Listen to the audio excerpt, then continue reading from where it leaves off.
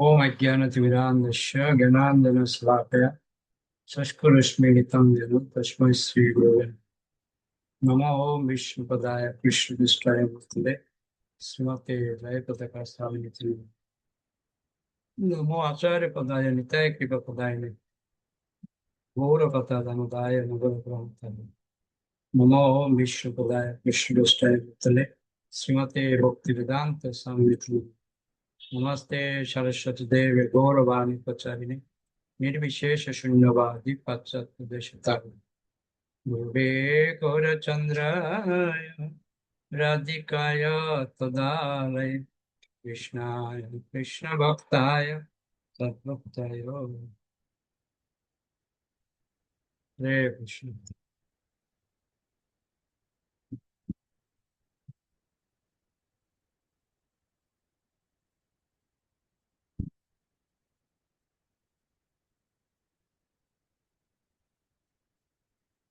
সর্বপ্রথম যে করুন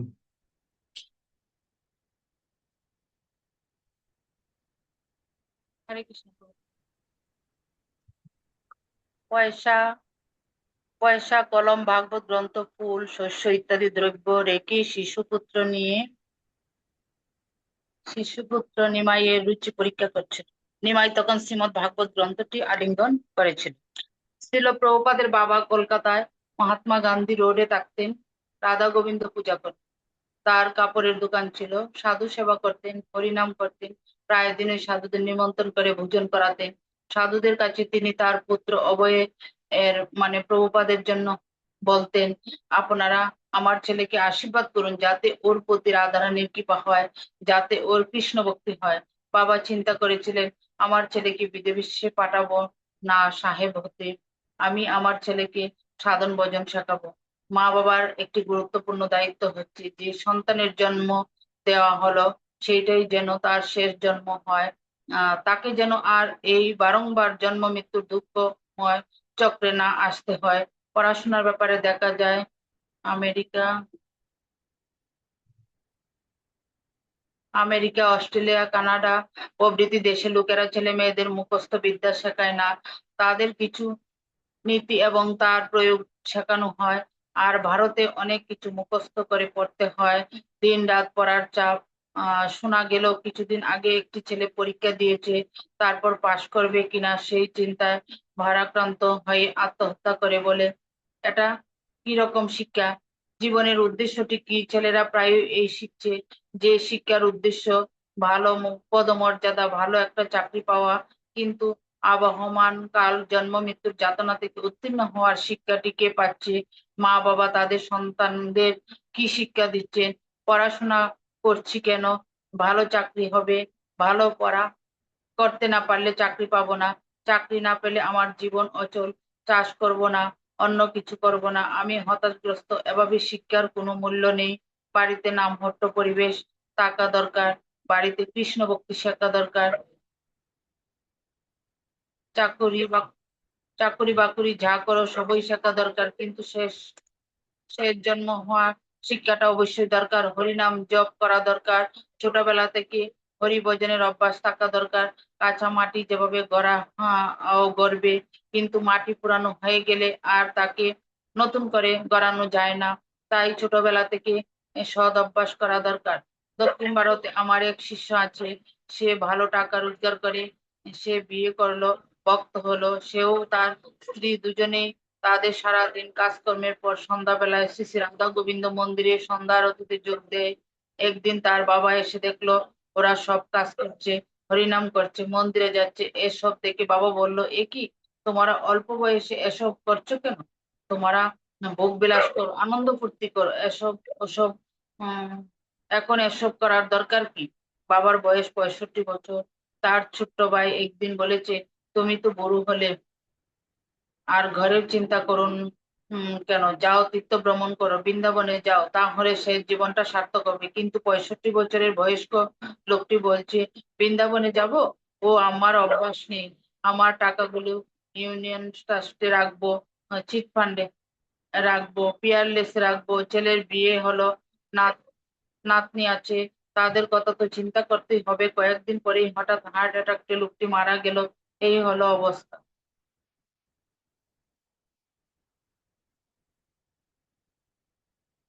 বুদ্ধিমান মানুষেরা বরাবরই পারমার্থিক কল্যাণের জন্য হরিমর্জনের অভ্যাস করে চলেছে। কৌমারং আচরে প্রজ্ঞাবান ব্যক্তি শৈশব অবস্থা থেকে সাধন ভজন অনুশীলন করবেন। আমার মা একদিন আমাকে প্রশ্ন করলেন, তুমি কেন অল্প বয়সে ব্রহ্মচারী হলে? আমি বললাম, মা আমি আর কতদিন বাঁচবো তুমি জানো? মা বললেন, তা আমি বলতে পারবো না। আমি আর কতদিন বাঁচবো তুমি বলতে পারছো না? তাহলে আমি এখন থেকেই ধর্ম করতে থাকি। কে কতদিন বাঁচে তাই প্রথম থেকে অভ্যাস করা উচিত। গৃহস্থরা সাধন ভজনে মতি রাখবে। তারা আত্মীয় বন্ধু বান্ধব পাড়া প্রতিবেশী অন্যান্যদের প্রেরণা দিয়ে ভক্তি করতে আনবে। তারা যা শিখবে পরবর্তীতে তাদের সন্তান সন্ততিরা সেই শিক্ষার সুযোগ পাবে। গুরুদেবের কর্মযজ্ঞে সহায়তাই গুরু। শ্রীমদ ভাগবতের তৃতীয় স্কন্ধে 31 অধ্যায়ের 16 নম্বর শ্লোকে বলা হয়েছে, পরমেশ্বর ভগবান অন্তর্যামী পরমাত্মা রূপে সকলের হৃদয়ে বিরাজ করছেন। তিনি ছাড়া আর কে স্থাবর এবং জঙ্গম বস্তুদের পরিচালনা করতে পারেন? তিনি অতীত বর্তমান ভবিষ্যৎ এই কালের এই তিনটি অবস্থায় বিরাজ করেন। তারই নির্দেশনায় বদ্ধজীব বিভিন্ন কার্যকলাপে যুক্ত হয় এবং বদ্ধ জীবনের পিতাব দুঃখ থেকে মুক্ত হওয়ার জন্য আমাদের কেবল তারই শরণাগতি হতে হবে। অনবদ্যভাবে ভাগবত ভাষ্য প্রদানকারী কৃষ্ণ কৃপা শ্রী মূর্তি ছিল অভয়চরণ বিন্দু ভক্তিবেদান্ত স্বামী প্রভুপাদ এই উপদেশে তাৎপর্য বিশ্লেষণ প্রসঙ্গে লিখেছেন, বদ্ধ জীব যখন ঐকান্তিক ভাবে মায়ার বন্ধন থেকে মুক্ত হতে উৎসুক হয় তখন তার হৃদয়ে পরমাত্মা রূপে বিরাজমান পরমেশ্বর ভগবান তাকে এই জ্ঞান প্রদান করেন, আমার শরণাগত হও। ভগবদ গীতায় ভগবান বলেছেন, সমস্ত সমস্ত ধর্ম পরিত্যাগ করে কেবল আমার শরণাগত হও। আমাদের স্বীকার করতে হবে যে সমস্ত জ্ঞানের উৎস হচ্ছেন পরমেশ্বর ভগবান। তা ভগবদ গীতাতেও প্রতিপন্ন হয়েছে। মত্ত স্মৃতি জ্ঞানম অপহনঞ্চ, ভগবান বলেছেন, আমার মাধ্যমে প্রকৃত জ্ঞান ও স্মৃতি লাভ হয় এবং বিস্মৃতিও আমার থেকে আসে। যিনি জড় জাগতিক বিচারে তৃপ্ত হতে চান অথবা যিনি জড়া প্রকৃতির উপর আধিপত্য করতে চান, ভগবান তাকে তার সেবা আর কথা ভুলে যাওয়ার সুযোগ দেন এবং জড়জাগতিক কার্যকলাপে তথাকথিত সুখে নিমগ্ন করেন। তেমনি কেউ যখন জড় প্রকৃতির উপর আধিপত্য করতে গিয়ে নিরাশ হয়ে ভব বন্ধন থেকে মুক্ত হওয়ার জন্য ঐকান্তিক ভাবে আগ্রহী হন, তখন ভগবান অন্তর থেকে তাকে শরণাগত হওয়ার জ্ঞান প্রদান করেন এবং তারই ফলে তিনি মুক্ত হন। পরমেশ্বর ভগবান অথবা তার প্রতিনিধি ব্যতীত কেউই এই জ্ঞান প্রদান করতে পারেন না। শ্রী চৈতন্য চরিতামৃত গ্রন্থে শ্রীরূপ গোস্বামীকে শ্রী চৈতন্য মহাপ্রভু উপদেশ দিয়েছিলেন যে জড় জগতে নানা প্রকার দুঃখ দুর্দশা ভোগ করতে করতে জীব জন্ম জন্মান্তর ধরে ভ্রমণ করছে, কিন্তু সে যখন জড় জগতের বন্ধন থেকে মুক্ত হওয়ার জন্য ঐকান্তিক ভাবে আগ্রহী হয় তখন শ্রী গুরুদেব ও শ্রীকৃষ্ণের মাধ্যমে সে দিব্য জ্ঞান লাভ করে। অর্থাৎ পরমাত্মা রূপে শ্রীকৃষ্ণ জীবের হৃদয়ে বিরাজ করছেন এবং জীব যখন ঐকান্তিক ভাবে আগ্রহী হয় তখন ভগবান তাকে তার প্রতিনিধি বা সদ্গুরুর শরণাগত হওয়ার নির্দেশ দেন। অন্তর থেকে এইভাবে পরিচালিত হয়ে এবং বাহিরে গুরুদেবের দ্বারা নিয়ন্ত্রিত হয়ে জীব কৃষ্ণ ভক্তি প্রন্তা প্রাপ্ত হয়, যা হচ্ছে সংসার বন্ধন থেকে মুক্ত হওয়ার উপায়। তাই পরমেশ্বর ভগবানের আশীর্বাদ স্বরূপ ব্যতীত স্বরূপে অধিষ্ঠিত হওয়ার কোনো সম্ভাবনা নেই। পরম জ্ঞানের আলোক প্রাপ্ত না হলে জড় প্রকৃতিতে কঠোর জীবন সংগ্রামে জীবকে তীব্র যাতনা ভোগ করতে হয়। তাই গুরুদেব হচ্ছেন পরমেশ্বর ভগবানের কৃপার মূর্ত বিগ্রহ। বদ্ধ জীবকে প্রত্যক্ষভাবে গুরুদেবের আদেশ প্রাপ্ত হতে হয় এবং তার ফলে সে ধীরে ধীরে কৃষ্ণ ভক্তির পথে অগ্রসর হয়। গুরুদেব বদ্ধ জীবের হৃদয়ে কৃষ্ণ ভক্তির বীজ বপন করেন এবং গুরুদেবের উপদেশ শ্রবণ করার ফলে সেই বীজ অঙ্কুরিত হয় এবং তখন তার জীবন ধন্য হয়। ওকে শ্রীমদ ওকে ওকে ভাগবতে ওকে ওকে। হরে কৃষ্ণ প্রভু। অবশ্যই মালিনী মাতাজি। হরে কৃষ্ণ প্রভু প্রণাম। শ্রীমদ ভাগবতের তৃতীয় স্কন্ধের 29 অধ্যায়ের 8ম শ্লোকে তাৎপর্যে শ্রীল প্রভুপাদ লিখেছেন, বদ্ধ অবস্থায় কেউ যখন ভক্তিতে প্রবৃত্ত হয় তখন তাকে সম্পূর্ণরূপে শরণাগত হয়ে সদ্গুরুর নির্দেশ পালন করতে হয়। গুরুদেব হচ্ছেন পরমেশ্বর ভগবানের প্রকট প্রতিনিধি, কারণ তিনি গুরু পরম্পরার মাধ্যমে পরমেশ্বর ভগবানের আদেশ যথাযথভাবে প্রাপ্ত হন এবং তা প্রদান করেন। ভগবত গীতায় নির্দেশ দেওয়া হয়েছে, গীতার জ্ঞান পরম্পরার দ্বারাই প্রাপ্ত হওয়া উচিত, তা না হলে তাতে ভেজাল থাকবে। পরমেশ্বর ভগবানের সন্তুষ্টি বিধানের উদ্দেশ্যে সদ্গুরুর নির্দেশ অনুসারে আচরণ করাই হচ্ছে শুদ্ধ ভক্তি। শ্রীমৎ ভাগবতের শ্লোকে ভাগবতের পঞ্চম স্কন্ধের পঞ্চম অধ্যায়ের 2 নম্বর শ্লোকে বলা হয়েছে, মায়ার জড়জাগতিক বন্ধন থেকে মুক্ত হতে হলে পরম নিরপেক্ষ মহৎ এর সেবা করতে হয়। ভগবানের সান্নিধ্য লাভের অভিলাষ না থাকলেও মহৎ সঙ্গ একান্ত প্রয়োজন। মহৎ সেবা না করলে অসৎ সঙ্গের প্রবৃত্তি জাগে। মহৎজন আমাদের শিক্ষা দেন কিভাবে পরমেশ্বর ভগবান শ্রীকৃষ্ণকে ভালোবাসতে হয়। মহৎ সেবা সেই শিক্ষার সুযোগ এনে দেয়। শ্রীকৃষ্ণকে ভালোবাসার শিক্ষা গ্রহণ করলে পাপ কর্ম থেকে মুক্তি লাভ হয়, পাপের কর্মফল দূর হয়, সুপ্ত কৃষ্ণ প্রেম জাগে। ভাগবতে বিভিন্ন স্থানে সর্বত্র বলা হয়েছে, এই জড় জগৎ দুঃখ দুর্দশায় পরিপূর্ণ, তাই গুরুর নির্দেশে কৃষ্ণ ভাবনার পথ অনুসরণ করে সেই দুর্দশার পথ ছাড়া যায়। সমগ্র ভাগবতে সেই ভগবত ভক্তির রসামৃত পরিবেশন করা হয়েছে। ভগবত ভক্তগণ গুরুদেবের গুরুবৎ সেবার ব্রত সাধনে আত্মনিয়োগ করে তাকে সন্তুষ্ট করে কৃষ্ণ ভাবনামৃত আস্বাদনের সুযোগ লাভ করেন। শ্রীল প্রভুপাদের আবির্ভাব শতবার্ষিকীর প্রাক্কালে আমরা সেই বাণী স্মরণ রেখে গুরুদেবের অভিলাষ পূর্ণার্থে আত্মনিয়োগ করে থাকব। সেই লক্ষ্য পূরণে আমাদের ঐকান্তিক প্রচেষ্টা থাকবে অব্যাহত। সাফল্যের রহস্য হলো গুরুদেবের ভগবত সেবন ব্রতের অভিলাষ সর্বপ্রকার গুরুত্ব সহকারে গ্রহণ করা, সেটাকে নিজের ব্রত অভিলাষ রূপে স্বীকার করে নেওয়া উচিত। শ্রীল প্রভুপাদের বাণী থেকে কিছুমাত্র বিচ্যুতি বা দ্বন্দ্বের অবকাশ রাখা অনুচিত। এই যে বেশ পূজা উৎসব, এর তাৎপর্য হলো এই শুভ উপলক্ষে গুরুদেবের কাছে তার অভিলাষ পূরণের সেবা অঙ্গীকারের একটি আনুষ্ঠানিক সুযোগ। গীতার 2য় অধ্যায়ের 4 নম্বর শ্লোকে বলা হয়েছে, গুরুদেবের চরণ কমলে সেবা নিয়োজিত থাকলে তার আনুকূল্যে পরমেশ্বর ভগবানের সান্নিধ্য লাভের পথে অগ্রসর হওয়া সম্ভব হয়। ভগবানের দর্শন যারা পেতে চায় তাদের উচিত দীক্ষাগুরুর সেবায় মন প্রাণ অর্পণ করা। শ্রীমৎ ভাগবতের 4র্থ স্কন্ধের 20 অধ্যায়ে বিভিন্ন শ্লোকের বর্ণনার প্রসঙ্গে শ্রীল প্রভুপাদ বলেছেন, সদ্গুরুর কাছ থেকে প্রাপ্ত ভগবানের আদেশ পালন করাই মানুষের কর্তব্য। ব্যবসায়িকা বুদ্ধি বলতে সেই কথাই বুঝায়। প্রতিটি মানুষেরই কর্তব্য ভগবানের আদর্শ প্রতিনিধি গুরুদেবের নির্দেশ প্রাণাপেক্ষা প্রিয় বলে পালন করা। শ্রীল বিশ্বনাথ চক্রবর্তী ঠাকুর উল্লেখ করেছেন, মুক্তি লাভ হবে কি না সেই সম্বন্ধে কোন রকম চিন্তা না করে শ্রী গুরুদেবের সাক্ষাৎ আদেশ পালন করে যাওয়া উচিত। তা করলে সর্বদাই মুক্ত থাকা যায়। শ্রীল ভক্তি সিদ্ধান্ত সরস্বতী ঠাকুরের অভিলাষ মতো গৌরীয় মঠ চলেনি, তা বলেই তার দ্বিধা বিভক্ত হয়ে গেছে। গুরুদেবের উপদেশ স্মরণ করে জীবন পথে যে কাজেই অগ্রসর হওয়া যায় তা সর্বশুভ হয়।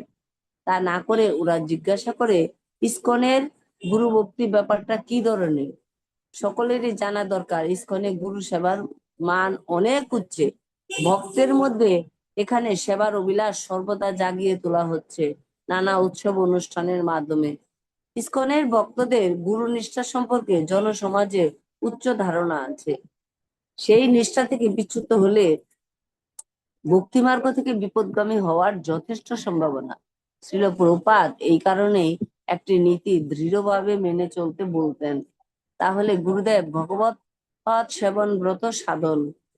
গুরুদেবের ভগবত ব্রত সাধনের মাধ্যমে তাকে সন্তুষ্ট করলে ভগবান শ্রীকৃষ্ণ সন্তুষ্ট হন, এবং শ্রীকৃষ্ণ সন্তুষ্ট হলে তিনি ভক্তকে দিব্য জ্ঞানের আলোক প্রদান করেন। সেই জ্ঞান শুদ্ধ ভক্তের সঙ্গের মাধ্যমে শিষ্যের কাছে নেমে আসে। এমনকি শূদ্ররাও ভগবত ভক্তির মাধ্যমে গুরু কৃপার কৃষ্ণ ভাবনামৃত আস্বাদন করতে পারে। কলিযুগে শূদ্ররাও এই পন্থায় কৃষ্ণ ভক্তি অর্জন করতে সক্ষম। গুরুদেবের বাণী শ্রবণ করতে করতে তার অর্থ উপলব্ধি হলেই শিষ্যের অগ্রগতি শুরু হয়ে যায়। গুরুর ভক্তিলতায় জল সিঞ্চন করলে তা ক্রমে ক্রমে গোলকধাম অব্দি বৃদ্ধি পায়। গুরু ভক্তি দ্বারা পরম্পরাক্রমে ভগবান শ্রীকৃষ্ণে পৌঁছায়।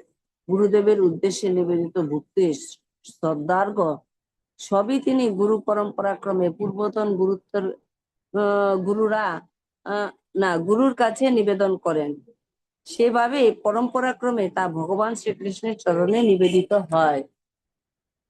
লোকে ভাবে কৃষ্ণ ভক্তির বলে শ্রীকৃষ্ণ আমাকে কি দিবেন, কিন্তু শুদ্ধ ভক্ত ভাবেন পরমেশ্বর ভগবান যিনি আমাকে না চাইতেই এত কিছু দিয়েছেন, তার সন্তুষ্টির জন্য আমি কি সেবা করতে পারি।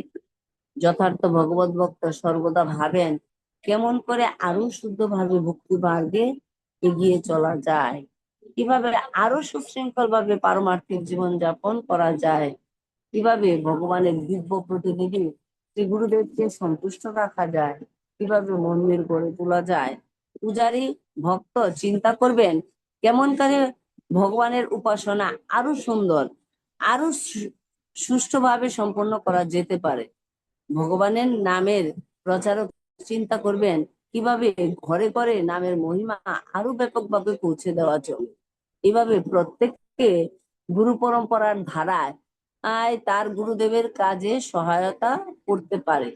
প্রত্যেকেরই মনোভাব হওয়া উচিত গুরুর বিপুল কর্মযজ্ঞে যে যেভাবে সম্ভব সহায়তা করতে হবে, গুরুকে সেবা করতে হবে এইভাবে বৃত্তের মতো। এইভাবে গুরুদেবের সহায়তা করা হলে তিনি সেই সেবার সহায়তা শ্রীকৃষ্ণের কাছে অর্পণ করেন, তাই তার ফল লাভ হয় ভক্তেরই। তাই গুরু বৈষ্ণবগণের সেবা থেকে নিবৃত্ত হওয়া অনুচিত। গুরু বৈষ্ণবের সেবার মাধ্যমে ভগবান শ্রীকৃষ্ণ সন্তুষ্ট হন। ভগবান শ্রীকৃষ্ণকে সাক্ষাৎ ভাবে সন্তুষ্ট করার মূল নীতি হলো গুরু ভক্তি এবং শুদ্ধ বৈষ্ণব সেবা। মীরাবাই ছিলেন এক মহান ভক্তরমণী, কিন্তু তিনি গুরুদেবের সেবার স্বীকার না করে সরাসরি শ্রী শ্রী রাধাকৃষ্ণের ভজনা করতেন বলে বিপুলভাবে বৈষ্ণব সমাজে সমালোচনার সম্মুখীন হয়েছিলেন। কারণ ছিল যুব গোস্বামীর নির্দেশ তিনি উপলব্ধি করেননি।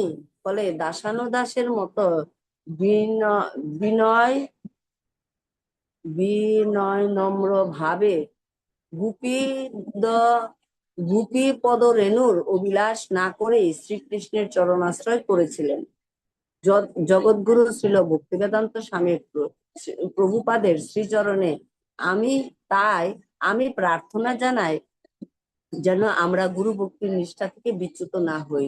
শুদ্ধ বৈষ্ণবের রীতি এবং জীবন দর্শন অক্ষুণ্ণ রেখে আমরা যেন পরমারাধ্য গুরুদেবের বাণী অনুসরণের মাধ্যমে তাকে সন্তুষ্ট করে তার সেবা কার্যের সহায়তার মাধ্যমে শ্রীকৃষ্ণের করুণা লাভের পথে অবিচল থাকতে পারি। ওকে ওকে ওকে। হরে কৃষ্ণ, প্রভু প্রণাম।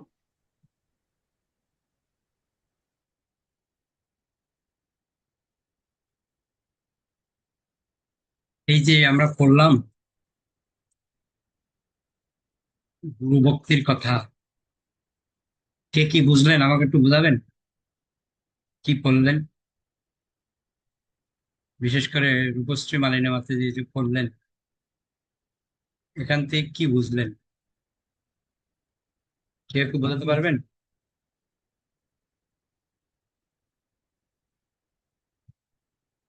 যে কথাটা এখানে খুব গুরুত্ব সহকারে বলেছেন।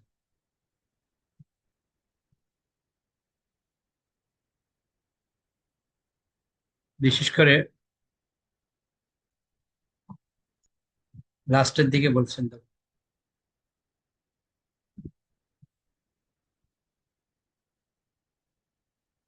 গুরুদেবকে কি করে সন্তুষ্ট করবেন। হচ্ছে গুরুদেবের কাজে সহায়তা করতে হবে। প্রত্যেকেরই মনোভাব হওয়া উচিত গুরুর বিপুল কর্মযজ্ঞে যে যেভাবে সম্ভব সহায়তা করতে হবে। গুরুকে সেবা করতে হবে এভাবে বৃত্তের মতো। কিভাবে সেবা করবেন?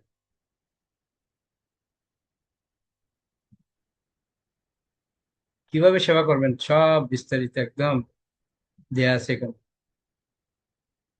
গুরুদেব কি চাইছেন?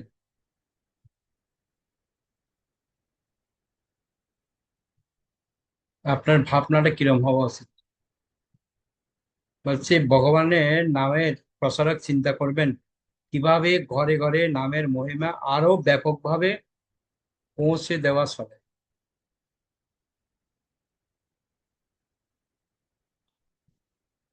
এভাবে গুরুদেবের সহায়তা করা হলে তিনি সেই সেবা সহায়তা শ্রীকৃষ্ণের কাছে অর্পণ করেন, তাই তার ফল লাভ হয় ভক্তের। তাই গুরু বৈষ্ণবগণের সেবা থেকে নিবৃত্ত হওয়া অনুচিত। একমাত্র গুরু বৈষ্ণবের সেবার মাধ্যমে ভগবান শ্রীকৃষ্ণ সন্তুষ্ট হন। কত সুন্দর করে বুঝিয়েছে দেখুন কিভাবে গুরুদেবকে সন্তুষ্ট করবার সে চিন্তা ভাবনা করতে হবে। ওকে। শ্রী গৌরাঙ্গের তাৎপর্য বুঝতে শ্রী রাধিকার উপলব্ধি। ব্রহ্মসংহিতায় আদিপুরুষ শ্রী গোবিন্দের বন্দনা প্রসঙ্গে এই শ্লোকটি রয়েছে। আনন্দ চিন্ময় রস প্রতিভা গীতাবি বীর্য এব নিজ রূপতয়া কলাবি গৌলোক এব নিবসত্ত কিলাত্মভূত গোবিন্দ আদি পুরুষম তমহং ভজামি।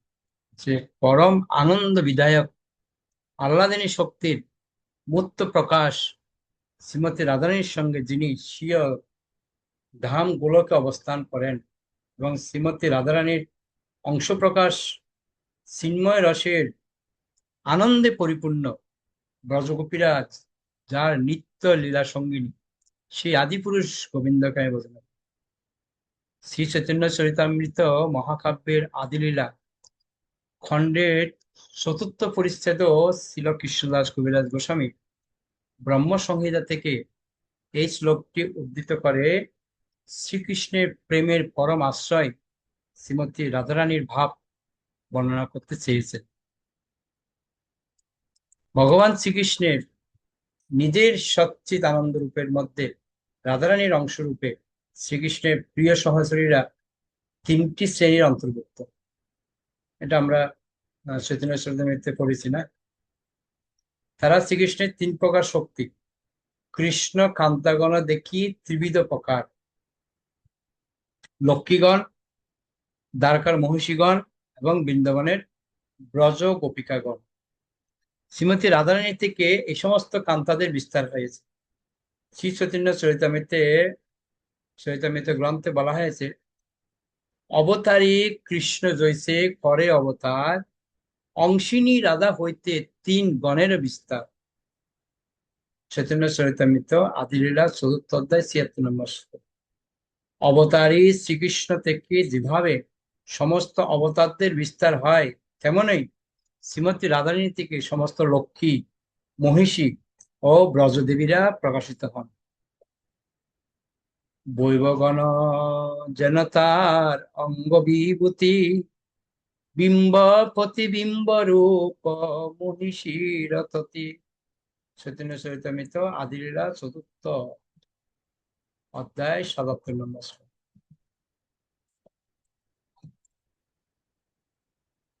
বুঝতে পারছেন?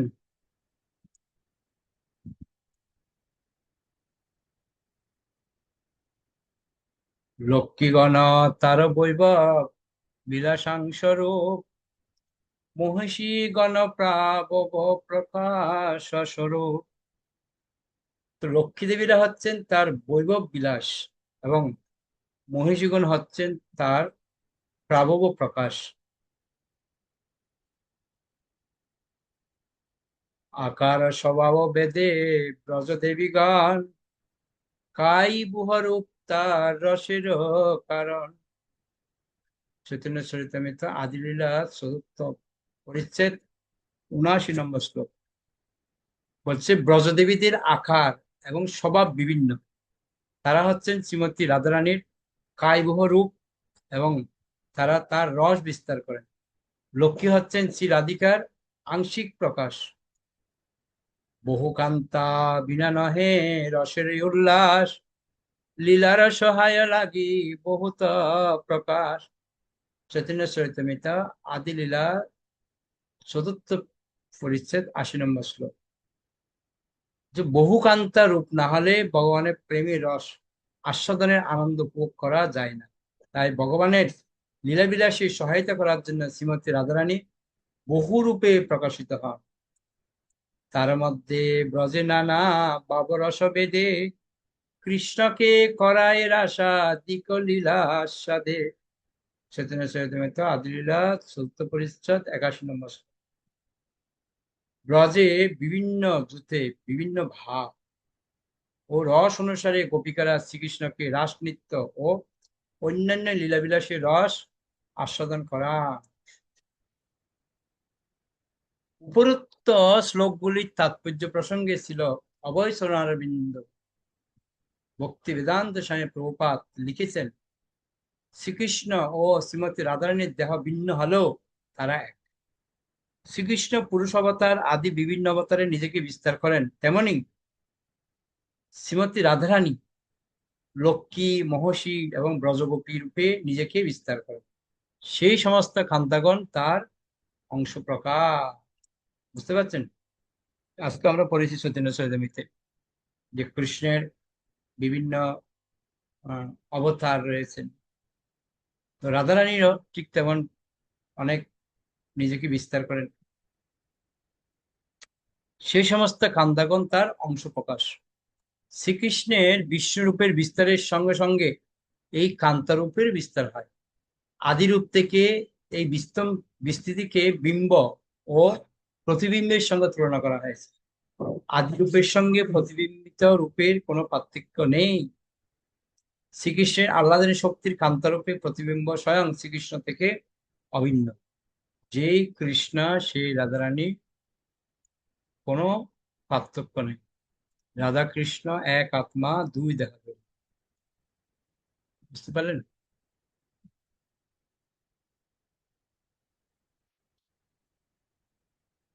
যাই হোক, আমরা এখানেই শেষ করব।